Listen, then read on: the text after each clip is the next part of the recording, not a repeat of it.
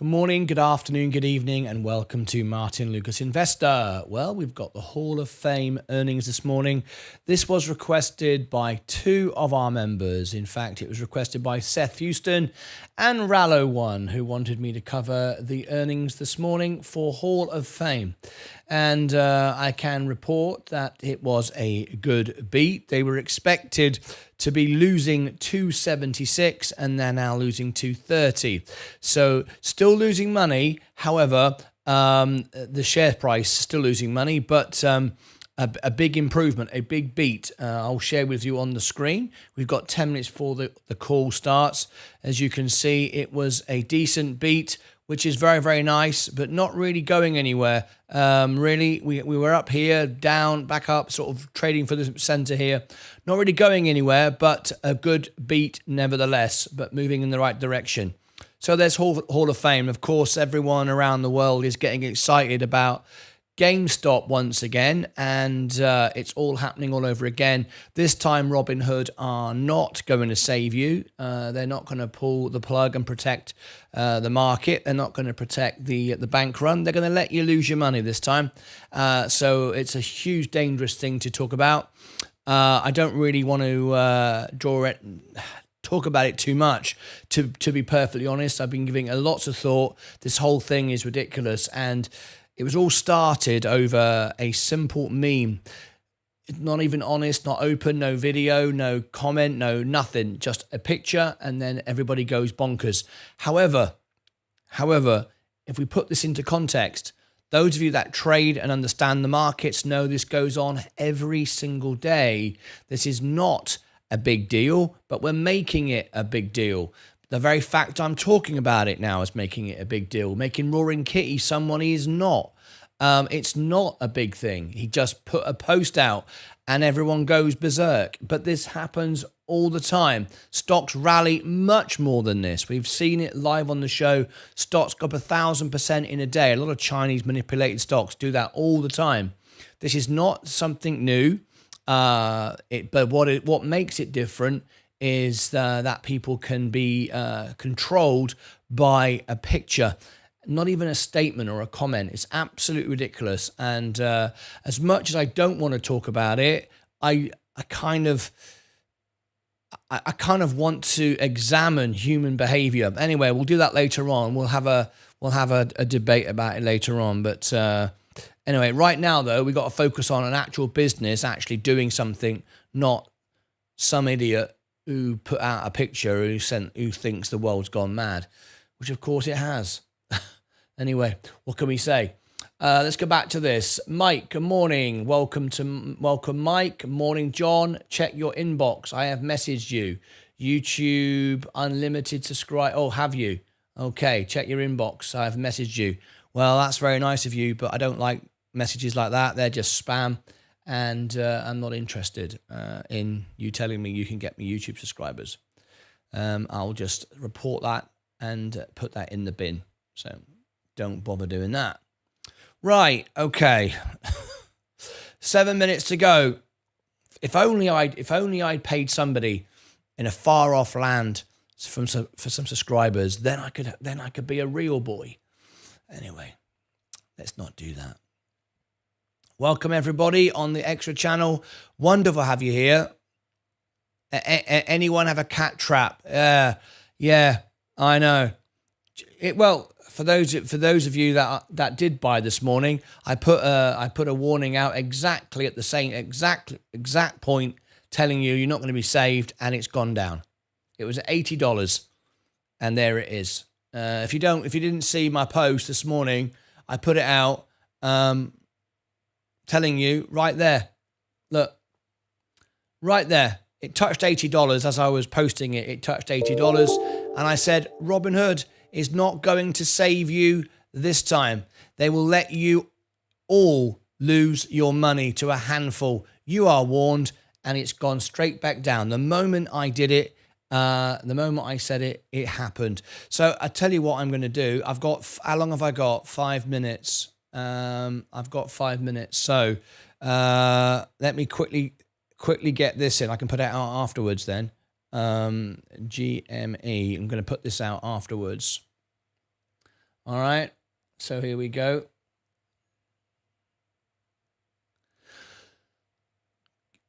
GameStop, GME. I did my best to warn you. This channel is for investors. Everyone else, look away. This is not for you. This morning, at the exact moment, I told you Robinhood is not going to save you this time. Robinhood is not going to save you. They will let you all lose your money to a handful. You are warned. There was the post. That was, you can see, 42 minutes ago at the making of this video. And to the second, to the moment, it happened again. Be under no illusion, absolutely no illusion. This is not the big deal that you think it is. All it was created by was Roaring Kitty posting a picture. That's all it takes, a comic book picture to send the great ignorant of the world into a tailspin.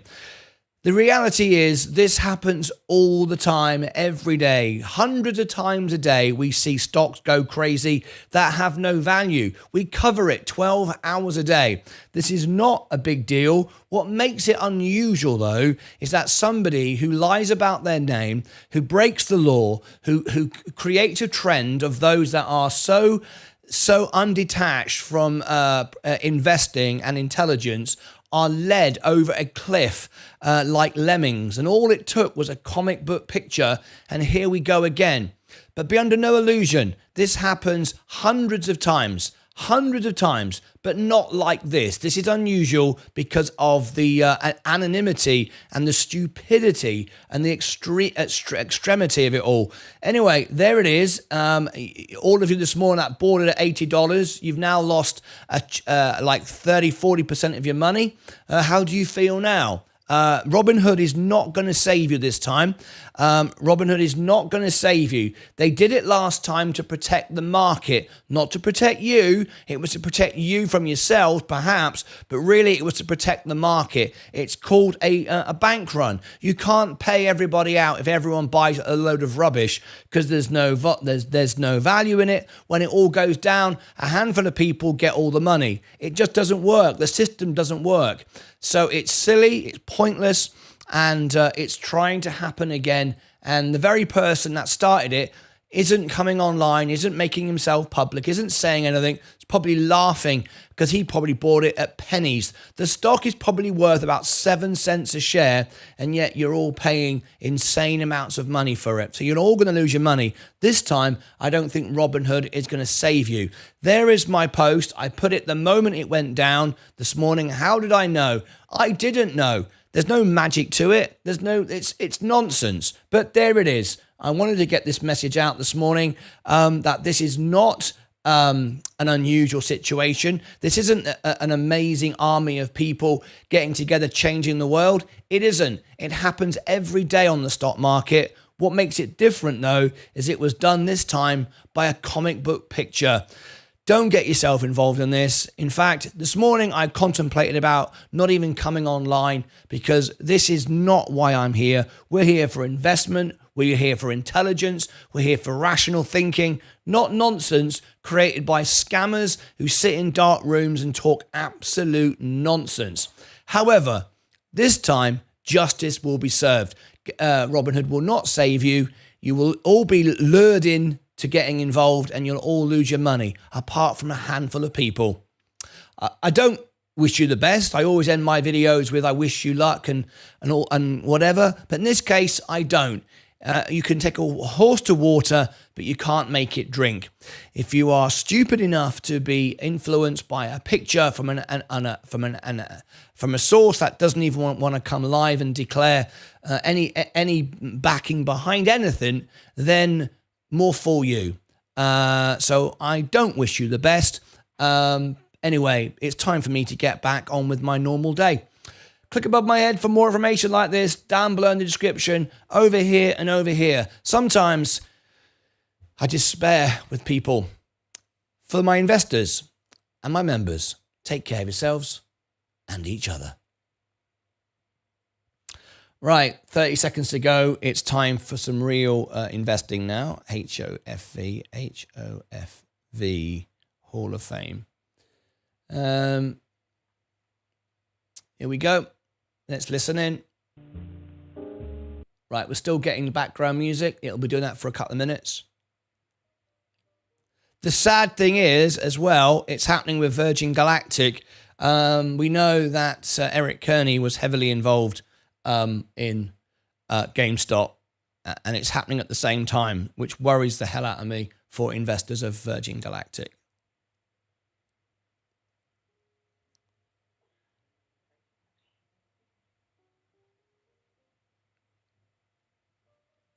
Oh, they came live and went away again.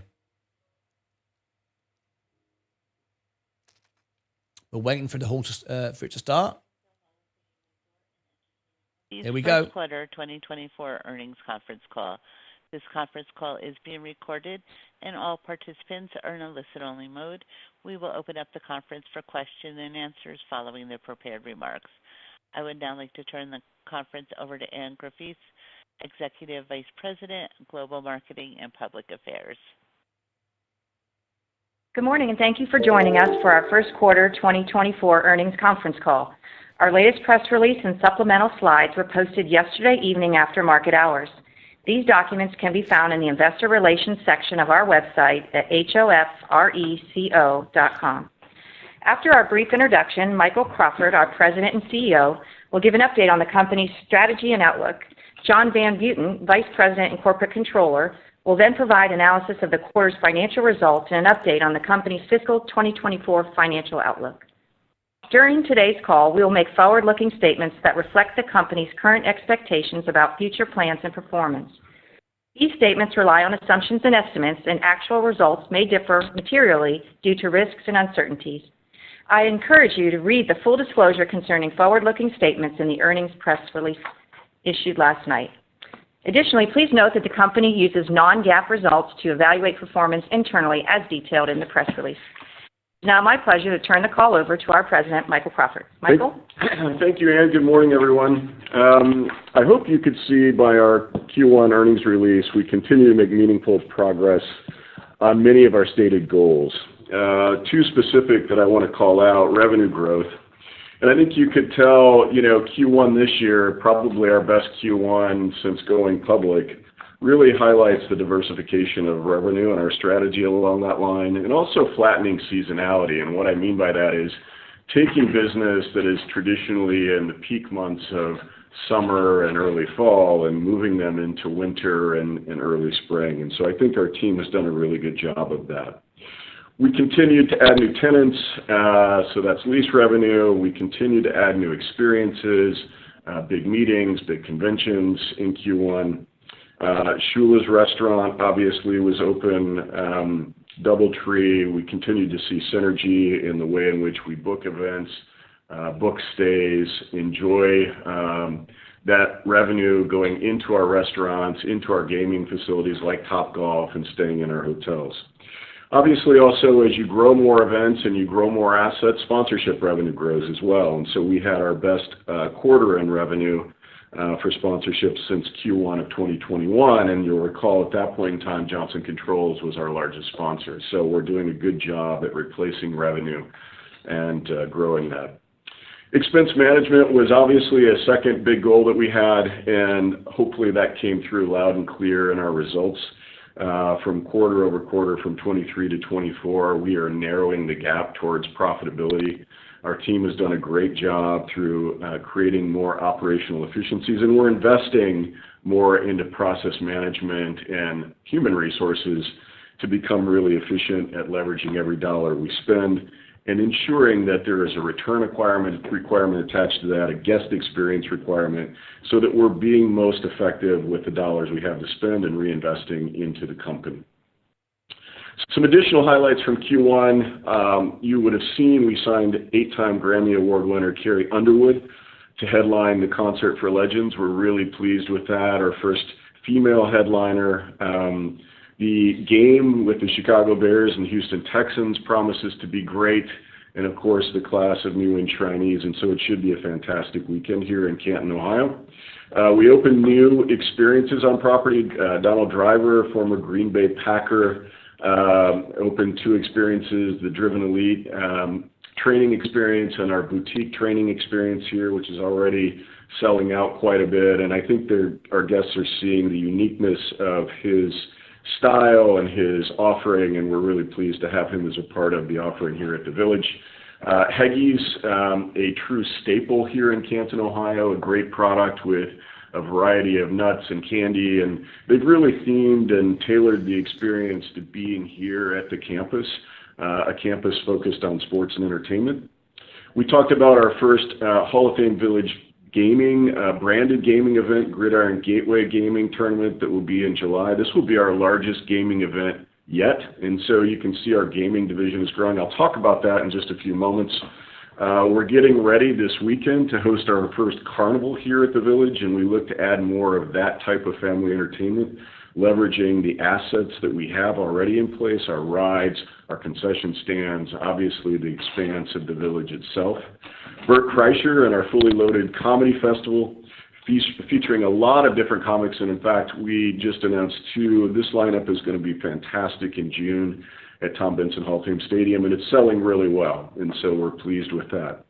Our relationship with the NFL continues to grow. They announced the largest NFL flag championships will be hosted right here at the Village in July 19th through the 21st. We're excited about that. It'll be covered on ESPN, but that's not all that weekend. We're also hosting the American Cornhole League Championships here as well, and that's covered on ESPN, so two really large nationally televised events. And what you should be seeing is us creating tentpole events throughout the year, moving away from just one big weekend to creating several large weekends with several different types of offerings.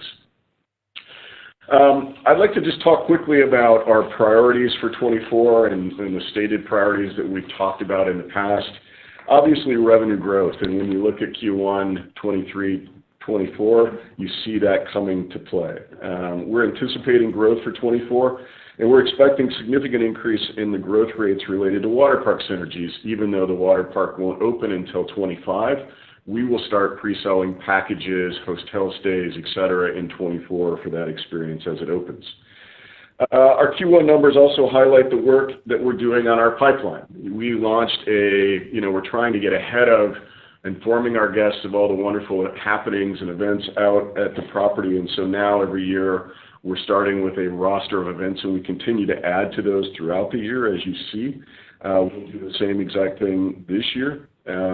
We're creating more events and more programming. As you create more events and more programming, it creates opportunity for synergy at our restaurants, our rides, concessions, hotel stays. And so that is obviously achieved, and we're continuing to see this stay-and-play mentality grow. We'll be focusing on synergies across all our business verticals, though. As an example, we had a large-scale gaming tournament here just a few months ago. That gaming tournament generated concession revenue, it generated hotel stays, generated media content for us as well that we leveraged to garner more events like that in the future. Media is something that I'm proud of. We've done a lot of work over the last few years at sort of filling the pipeline with great new content. And as you would have seen in our Q1 earnings release, we have more content now in distribution across multiple different channels than we ever have. That's a significant step forward for us. We had to build the profile of our media company and our capabilities on creating great media content, and so the team has done a good job there. Largest amount of content and distribution across multiple channels in the company's history. We're also adding more gaming opportunities, and we're diversifying the type of gaming opportunities. When I think about gaming, I think everyone wants to traditionally go to fantasy sports, esports, and obviously sports betting. Sports betting is clearly the revenue from that, and especially our mobile partner, is increasing. I'll talk in a moment about our retail opportunity. But Topgolf, that experience is increasing in terms of its profile and revenue generation, and also enhancing the guest experience. American Cornhole Championships, bringing in more visitors to the Village, creating more sponsorship opportunities, more stay and play, beer pong tournaments. So non-traditional gaming experiences that we're continuing to look for, and hopefully will continue to drive opportunity for us to have synergy across all of our business units. Our DoubleTree has done a fantastic job. The quarter was slightly lower than last year, but continues to win great awards and recognition there. We are one of the top service hotels, one of the top generating DoubleTree hotels in the Crestline portfolio and the Hilton portfolio. The team there is just world-class, and they create great experiences for our guests to stay. It is an extension of the experience that they have at the Village or with our media or gaming content, and they live with us there. And so we want to make sure that that is a really high-performing asset, and it continues to be. I talked about packaging as a way in which we can enhance the guest experience. That is something that we are very focused on, and in fact, we will be implementing a new campus-wide operating system to help do things like pre-selling guest experiences and packaging. The more convenient we can make guest awareness around all the offerings and the types of experiences that we have, the more the guest experience gets enhanced and the more that we can drive revenue to our company as well. Attendance is something that we've spoken about in the past, and last year we had a record year for attendance. We're expecting another record year this year. We're seeing attendance growth already in the early part of this year, as indicated by revenue performance in Q1. With attendance growth comes revenue growth and opportunity to do that synergy model that I spoke about. I'd reiterate the guidance that we had in the $3.5 to $3.7 million this year. But we're doing more than just monitoring attendance. We're getting smarter at understanding arrival patterns and departure patterns, understanding movement throughout the property, and so that we can market and monetize for our guests opportunities that they may or may not be aware of pre, post event, or during their visit here at the campus. Operational synergies is also something that we've talked a lot about. We've made investments in labor and process management. This has allowed us to drop more revenue from top line to bottom line. As you would have seen, we are narrowing the gap on profitability over Q1 from 23 to 24. The team has worked incredibly hard at this. We've paid attention to every detail, and we'll continue to do that. And look, as we do more, we learn more and we stabilize. And so the goal with an experienced team is they know what to watch for, but more importantly, they're learning from everything that we're doing here. And stabilization is key, and stabilization leads to profitability. It also leads to greater customer satisfaction. I talk this a lot. When you create great product and you create great guest experiences, people will continue to come, and they'll want more of those experiences. And we're seeing that as well. The bottom line, we're focusing on all aspects, shifting from more of that development mindset into the operating and efficiency mindset that drives revenue, expense management, creates those great guest experiences, and it engages our guests in all of our business verticals. And when we do that, we have great opportunity to grow something else, which is sponsorship. And the interesting thing for me, as I said earlier, sponsorship in Q1 of this year, highest since it's been since Q1 of 21, which would be less than a year after going public. And you'll recall Johnson Controls was our largest sponsor at that time. Not only are we replacing Johnson Controls, we're growing sponsorship in the team. We're adding the right individuals to that team and the right support to continue to tell our story. But more importantly, we've been strategic around the timing of sponsorship engagement. I've said before that we want to be strategic in terms of the categories that we're bringing in and the partners that we're bringing in those categories. We want to make sure that we're fully leveraging the roster of events, the number of experiences, the breadth of campus, the media content development, gaming opportunities, so that we can maximize in each of those categories the sponsorship. And so I'm proud to say that not only have we grown sponsorship revenue in general, we've also grown in each category the amount those categories represent for us. So we're taking smaller amounts in categories like carbonated beverage or alcoholic beverage, and we're growing those by category by being strategic around the time that we're engaging. I've also talked a little bit about restructuring our balance sheet. And the focus that we have on that is very simple. Create a long-term success plan, a balance sheet that is balanced, no pun intended, that has the right equity and the right debt. Now, the good news for us as a company, a significant portion of our debt is the right debt. It's long-term, low-interest rate debt. But we do have some that is shorter term and higher interest rates. So you would have seen that we did extend a considerable amount of that debt, almost $50 million in maturity from this year to March of 25. And we're in the process of working with our largest shareholder that holds a considerable portion of that debt to continue to look at how do we restructure that for that long-term success I talked about. I've been very pleased and actually very moved by the support in our community. Ann Graffis, who heads up our community relations department, our public affairs, and obviously marketing, and I worked closely together with multiple senior leaders in our community, our mayor, our county commissioners, our head of our port authority, head of multiple community foundations. And that work, I think, is going to pay significant dividends for our shareholders. This is a community that understands the economic benefit of this destination, the village specifically. And we have about $21 million worth of debt that isn't bad debt, but it is short-term debt that we're working with them to restructure to become much longer term that gives us the right runway and the right debt profile for our company to be successful. It's great to be partners with a community that really values what you're doing and also appreciates the fact that they can support it in a way that returns to them the type of return that helps the rest of the city grow. And that's always been our goal. Having an economic impact on our community is something that we are proud of and are already having that type of impact, and we look forward to doing more of in the future. And then lastly, continuing to develop our Phase 2 assets. You'll know that we still have two significant assets that are in development, our Game Day Bay Water Park and our Hilton Tapestry Hotel.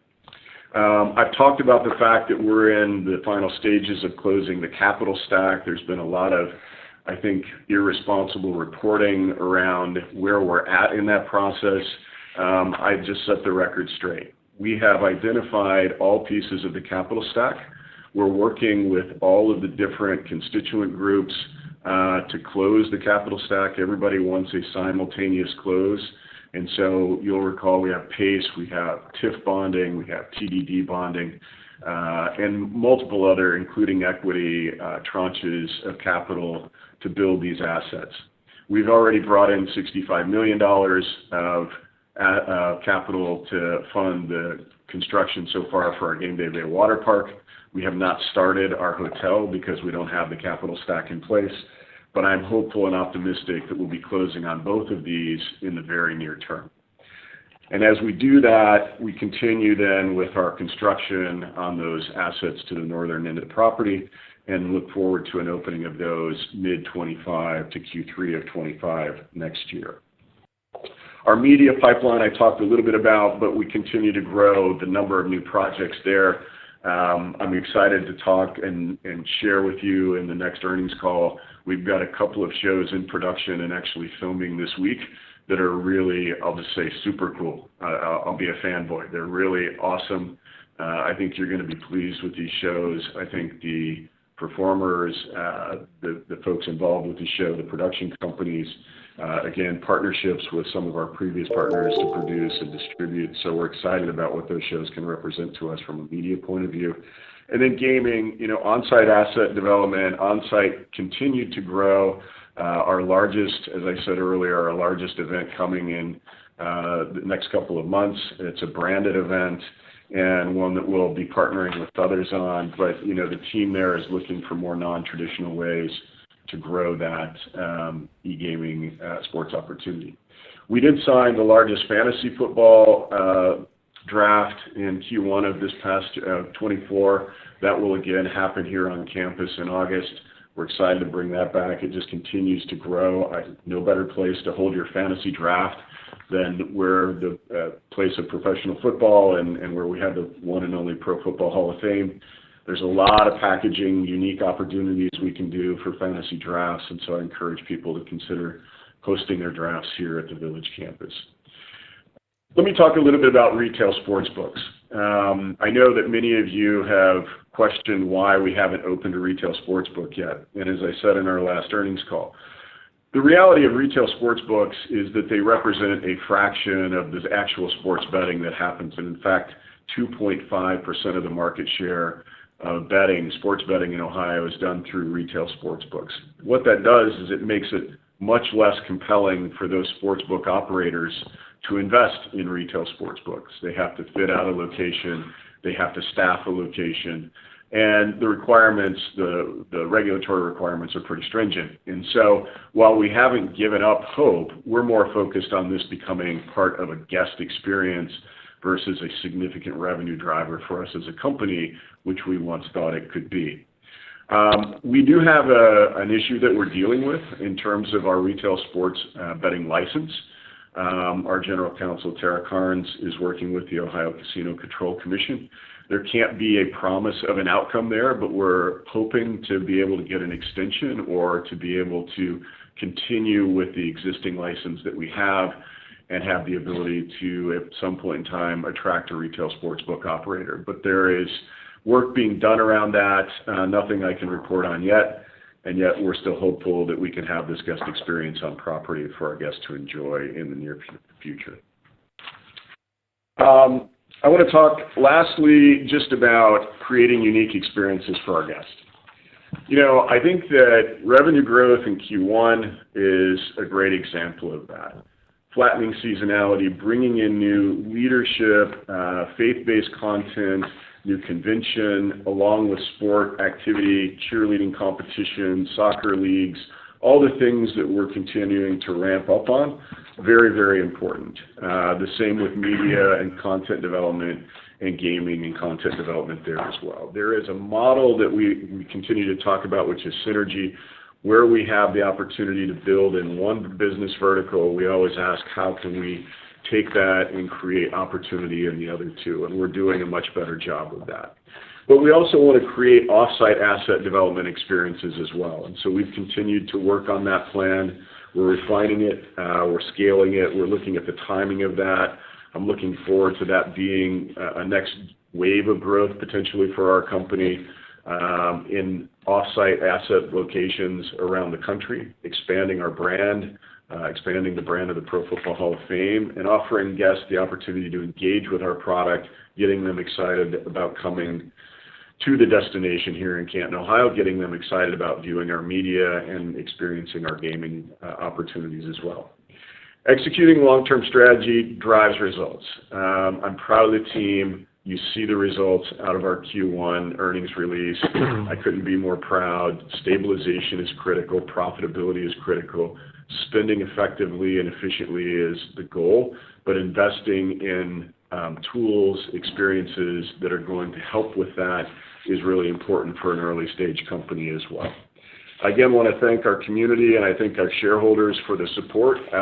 It's not an easy environment. It hasn't been an easy environment. And yet our company, quarter after quarter, continues to show positive results. And so I'm proud of that fact. I'm proud of the team. Turn it over now to John Van Buiten to give us a financial recap of Q1. Thanks, Mike, and good morning, everyone. Moving on to our financial results. First quarter total revenue was $4.2 million, which represents an increase of 34% from the same period in the prior year.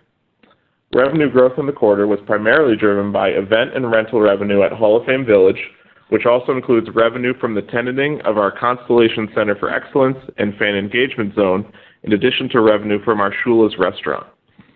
The company's first quarter revenue mix continues to become more diversified and highlights the synergies and the diverse revenue streams that we are creating within the company.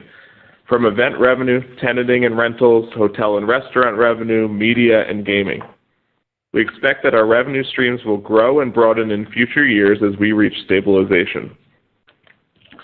First quarter adjusted EBITDA was minus $2.9 million compared to minus $10.9 million in the same period last year.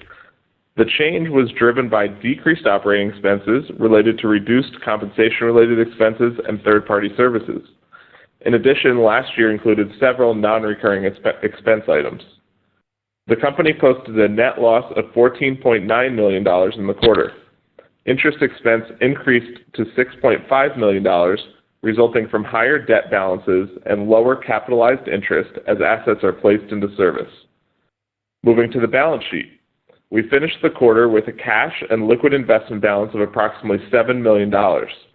The company's usage of cash during the quarter was attributable to operating activities and construction expenditures, which totaled approximately $14 million during the quarter. Our net notes payable balance slightly increased to $222 million compared to $220 million at the end of the prior quarter. This increase in notes payable during the quarter was primarily due to accruals of paid-in-kind interest. During the quarter, we exercised the one-year extension of the approximately $49 million of debt to IRG and its affiliate lenders, which was due in March. We are also currently working to restructure over $20 million of debt from the City of Canton, the county, and our local community foundations. As we have noted in prior quarters, we are working to restructure and optimize our overall capital structure in a way that provides the company the best opportunity to move efficiently towards stabilization of all aspects of our stated business model. We continue to work towards closing all of the necessary financing required for the remaining Phase 2 construction, including multiple financing transactions related to our Game Day Bay Water Park and on-site Tapestry Hotel.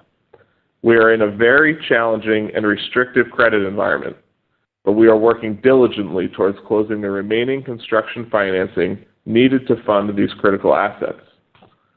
Moving to 2024 financial guidance, we are revising our revenue expectations to be in the range of $24 to $27 million, and we are reiterating our previously provided expectations for adjusted EBITDA loss in the mid-teens millions range.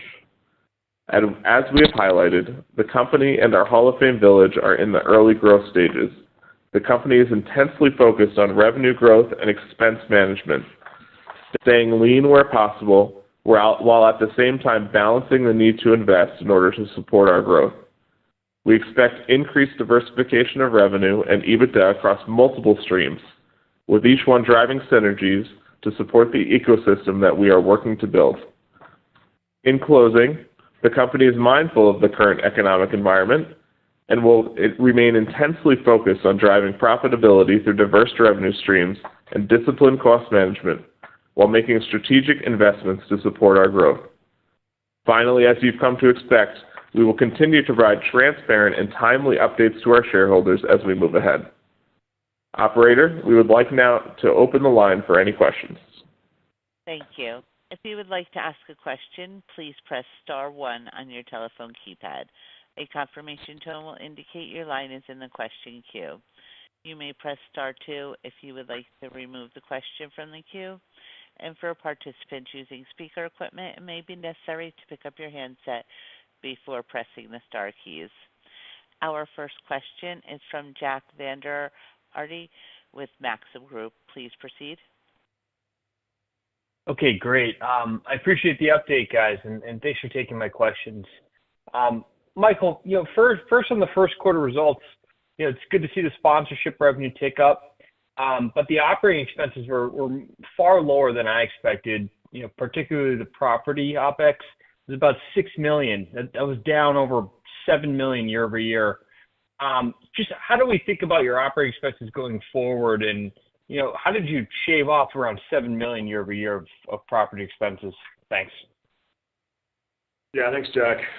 Look, I'd say a couple things. One, we had an extreme focus last year on ensuring all of our processes were established, right? The full bidding of any contract from an operating point of view, and we have multiple, ensuring that we were looking at every single aspect of our business from utility expense to insurance. Certainly having gone 3 years from de-SPACing, some of our insurance costs for D&O went down. So there were several factors that contributed to it. I would just say this. I mean, we had a quarter that was great in revenue, but we're really honed in on the expense management side. We looked at compensation. There were some reductions there. We've looked at headcount, making sure that we were efficient versus our needs.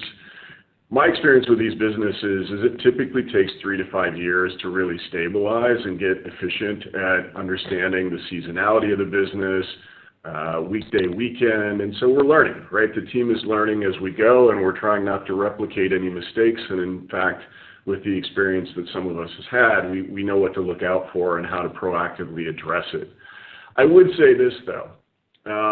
Remembering we are an early stage company, and any particular quarter, there could be ups and there could be downs. And as we add more programming, new different types of programming, as we add more assets, predominantly a water park or a hotel, we're going to have that learning curve start all over again. So while I'd like to say that this is a reliable trend that gets us to profitability much quicker, we're not a property in terms of the village that's fully open yet. And we're also not a company in terms of media and gaming that's firing on all cylinders. We're seeing great growth, and we're seeing attention in both of those other business verticals to the growth that we need, and we're being responsible around the dollars we're spending. But at the end of the day, it just takes time to learn the business, become more efficient, and match expenses to dollars. And then the last thing I'd say is, look, we're getting much more diligent around if a dollar is being spent, what is it supposed to return, and having return thresholds and making sure that we have in place a process to evaluate as a company, projects, new assets, new events that are being proposed, so that we're not spending and in larger scale than what we're returning. So pleased with the team, pleased with the effort. We're early stage yet, and we got a long way to go, but listen, we're trending in the right direction. Okay, great. That's helpful. And, I caught your comments earlier. Appreciate you're working through kind of the capital stack funding. It sounds like it's pretty fluid, and you have some announcements coming up. I'll switch gears into the water park. Just in general, maybe what's the latest target opening date? I think I caught maybe mid or third quarter of 25. And then with the water park, you mentioned potential synergies ahead of the water park being built and opened. So maybe pre-selling potential packages. What might you expect maybe to have some? Would you expect to have some like tangible pre-sale orders for the water park? A few months, a year in advance. Just what are you thinking there? That was interesting. Those comments. Yeah, I think two things. One, just to address the timing, we're looking at the water park in the first half of next year. The water park is 44% complete. We have all of the equipment. I should say we've procured a lot of the equipment that is ready for install. As you know from last earnings call, we have slowed down that construction considerably, waiting for the final pieces of the capital stack to close. And listen, I just want to make mention of, again, when you have 4 or 5 different components to the capital stack that all require an integrated close, a simultaneous close, it's not an easy feat, and you're threading the needle, and it's a pretty thin needle to thread. But we're getting there, and we're making progress on it. And so I feel comfortable that if we can close the capital stack in the next couple of months, we'll be in a position to open the water park mid-next year. The hotel, the same thing. If we can close the capital stack in the next couple of months, we haven't started the hotel yet, but I think, hotel build is slightly more efficient than a water park build. We'll probably be in Q3 of next year for that asset. In the question around how do you sort of think about selling before the asset's open, you're pre-selling season passes, you're pre-selling stay and play packages, you're pre-selling food and play packages. So there's a lot of different opportunity to bundle the water park experience with other things, pre-selling water park with the Pro Football Hall of Fame ticket. And so that revenue starts to come in typically, I'll say 3 to 6 months prior to the water park opening. Okay, great. I appreciate the color there, Mike. Good job on the recent results, and I'll hop back in the queue. Thanks. Thanks, Jack. Have a good day. Our next question is from David Marsh with Singular Research. Please proceed. Hi, good morning. Thanks for taking the questions, and congrats on the quarter. I mean, this is really a tremendous accomplishment. Thanks, David. And you guys went from $300,000 of events revenue 2 years ago to $2 million. That's pretty awesome.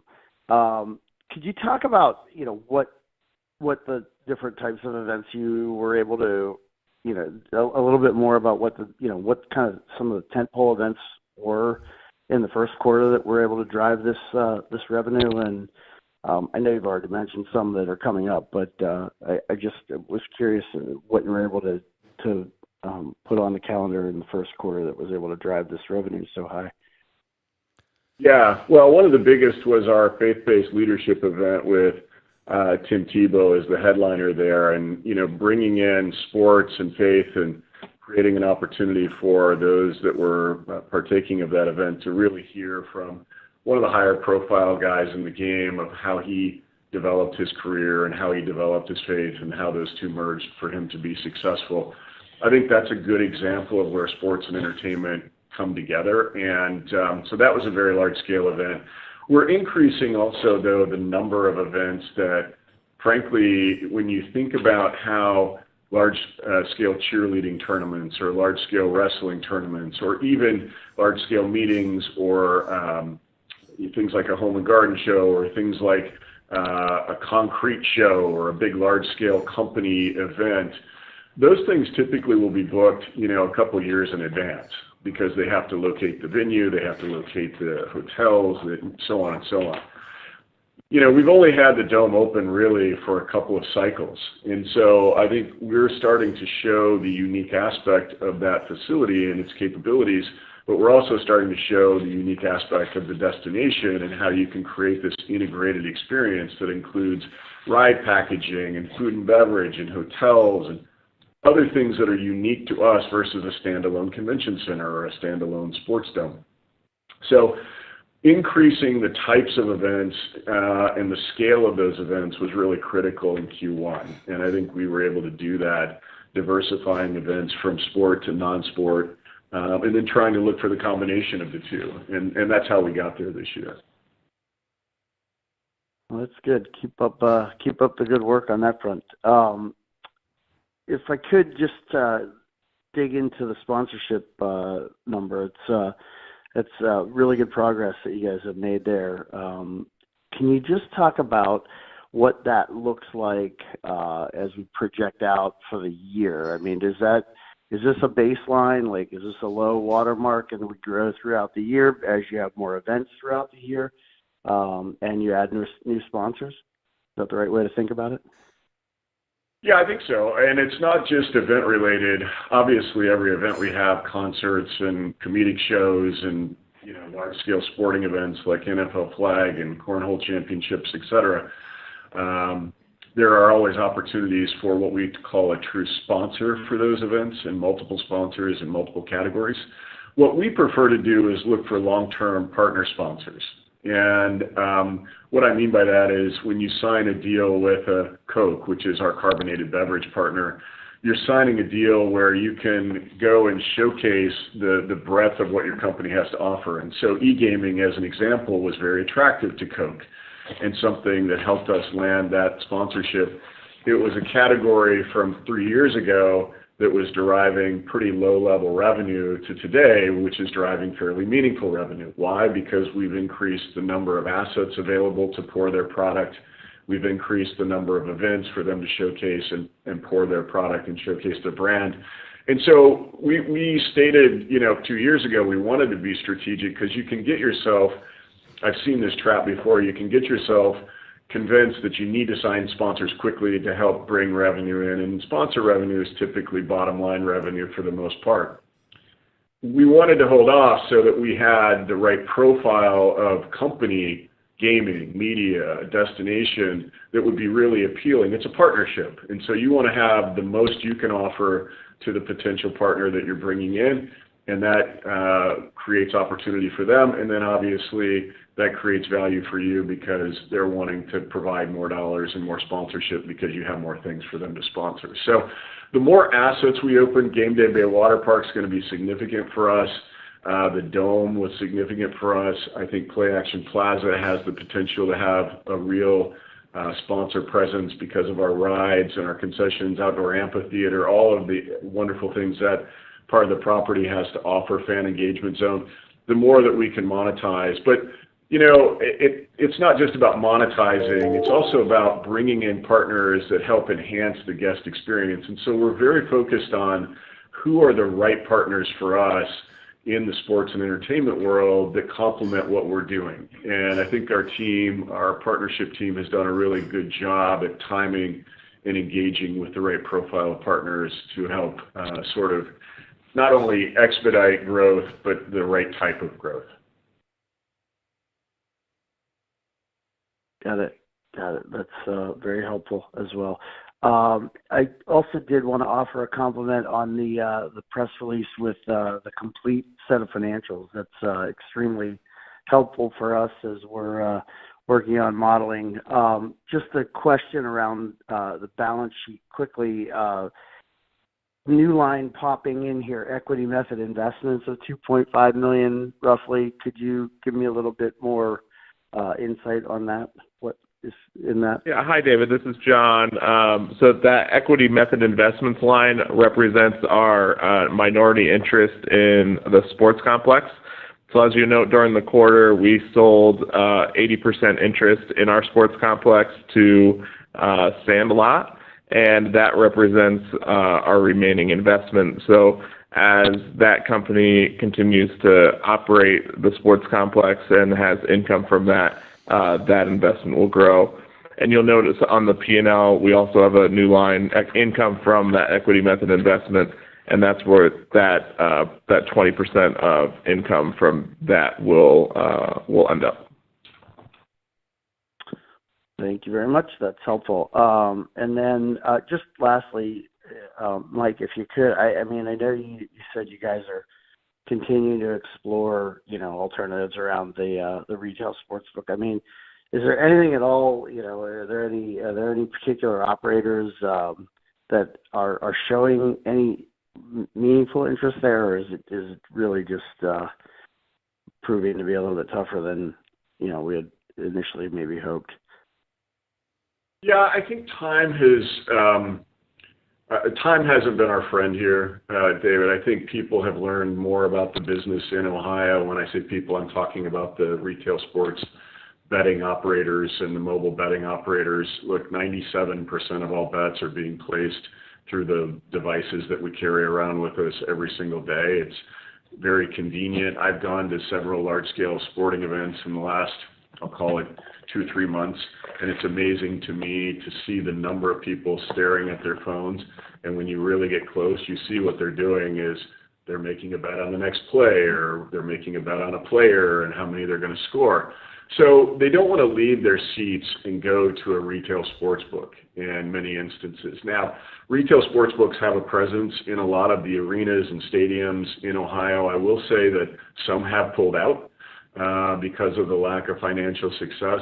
For us, we've always talked about this enhancing our guest experience. At the Village, we are a sports and entertainment destination. You expect to be able to create a sports book, a sports betting opportunity here. We are looking at how we can incentivize a potential partner to come in versus, and have a long-term partnership versus having them have to create everything on their own. We're looking at potential food and beverage partners or potential retail partners that kind of complement the experience. It's just time. And, we've got wonderful assets. We've got a fantastic location for it. I think the best location in the Village. It looks right out into our stadium with all of the events that we're hosting. Can create a really magical experience for those guests. But it comes down to economics. So to directly answer your question, Tara Carnes, who sort of heads up our business development, is also our general counsel, is working on a regular basis with 2 or 3 different sportsbook operators. We do have an outside consultant that we've had for a couple of years that continues to help support those types of conversations. Just as important, working with the Ohio Casino Control Commission to better understand and create awareness for them that it's important to us as a destination to have this opportunity, and so we've asked for the potential extension of our license to give us that chance. And then we're looking more creatively at the retail sportsbook itself, something that can be more interactive, something that could potentially leverage more mobile and technology in terms of an experience. So long-winded way of saying it's a tough road because the economics are challenging for the operators, but we haven't given up on it. And I think there still can be an opportunity. We just need to find the right partner and nuance the deal so it's attractive to both sides. Very, very helpful. Congrats again on the quarter. Thanks, guys. Thanks, David. Thank you. I would now like to turn the conference back over to Michael Crawford for closing remarks. Well, first, let me say I really appreciated all the questions. They sort of hit on the right points. Secondly, I want to say that, if you're watching our company, and you have been over the last several months/years, you're seeing exactly what we talked about back in June, July of 2020. Facing a really difficult environment, putting a team together that is experienced, that understands what to look for, how to look for it, and is committed. And I will say again, this team is committed. We have a lot of very talented people that are dedicated to the success of our company. Q1 results, I look at that as a very positive step forward.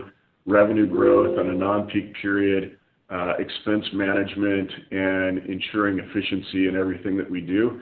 Not only efficient in terms of cost, but efficient in terms of packaging, in terms of the experiences we're creating. Our media content is growing, and it's growing through distribution now. Our gaming and the way in which we're approaching gaming in traditional and non-traditional sort of aspects of gaming, I anticipate that to grow as well. And so, look, I have high hopes and optimism for the future of this company. We're an early stage company, and so there are going to be bumps, and there's going to continue to be those over the next couple of years as we complete assets like our football-themed water park, our on-site hotel, potentially launching off-site asset development with partners in a very different financial model for that. But this is a company that is committed. It's continued to grow. I realize stock performance is something that is always looked at as an indicator of positive momentum. I'm confident that as we continue to build, stabilize, and grow, stock performance will follow as well. So I just want to thank everyone for the results. I want to thank the team for their commitment again, and the community for their support, and our largest shareholders as well. I think everybody is focused on the long-term success and on all the right things to get us there. So thank you very much. Okay, there is the Hall of Fame earnings. So this will go out as its own video shortly. I'm going to send everyone now to the Extra channel. I'm going to take a short break. I'll be back shortly with the opening bell. It's going to be a special today. What can I say? It's the day of the memes again. This man here, who doesn't even really exist, if you don't mind me saying. He didn't even come on and make a video or a statement. He posted a picture, a cartoon picture of a gamer sat on a stool, and the world has gone mad. Except we already knew this. He told me. What do I mean? Join us live in our opening bell show coming up shortly. He told me. And it's happening all over again. But this time, it's happening with Virgin Galactic. Do you see any comparisons? He told me. So, what do you think?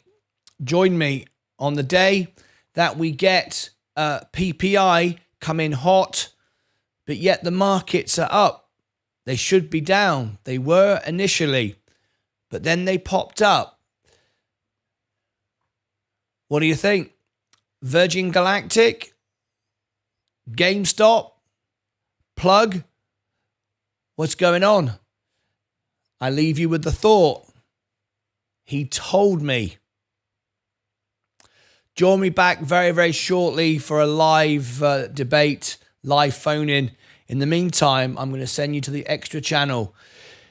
You're either celebrating today, you think this is great, or you're sickened by it. Do you want Virgin Galactic to become a complete and utter scam, a complete and utter meme? What do you want? Well, it's happening, and now we can get a short squeeze. Multiple short squeezes across multiple stocks at the same time. This is a very, very crazy day, and I haven't decided which way I want to go with this yet. Anyway, I'll see you back on the extra channel in just a few minutes. Get ready for a day like you've never seen. All right, see you there in a minute. Have a wonderful few minutes. I'm going to go and have a cup of tea and something to eat, I think. And I'm going to leave you with those thoughts. See you on the extra channel in just a couple of minutes. Bye-bye for now.